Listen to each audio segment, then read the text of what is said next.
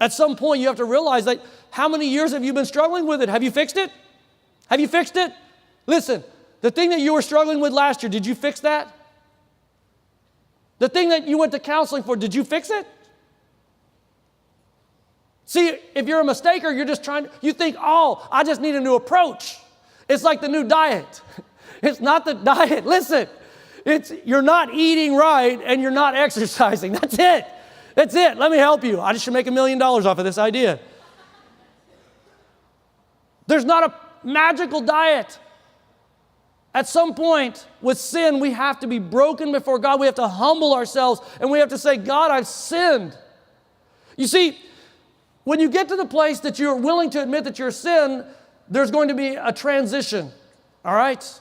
And that transition you begin to recognize, and that recognition starts a transition, and you have what I would call a prodigal pivot. When the prodigal son had wasted everything, he'd spent all that he had, he was now shoeless, he was eating the food of the pigs, the slop. I mean, nobody was around him anymore. The friends that he had bought had walked away with him when the money dried up, and he could no longer provide for their lifestyle. They didn't love him. They loved what he could give them. And so when they couldn't get it anymore, they left him alone there in the darkness. And it says that the prodigal had a moment that Saul never had. He had a pivot. He had a transition. He said to himself, if I could go home to my father, I don't think I could ever be restored as a son, but I know that even the slaves in my father's house have it better than my homeless lifestyle that I created for myself.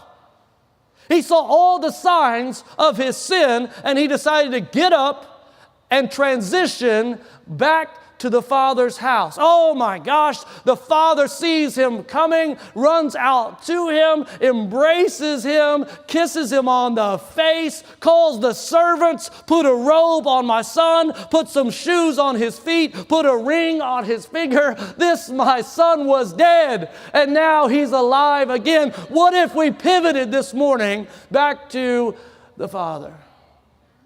Man. If you would just be willing to surrender this one time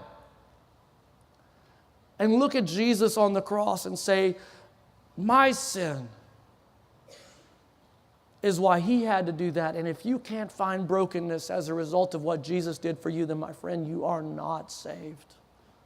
You are not a believer. You might be really good at going to church, but you have to reach a place where you look at Jesus and say, I had to have that in order to be saved.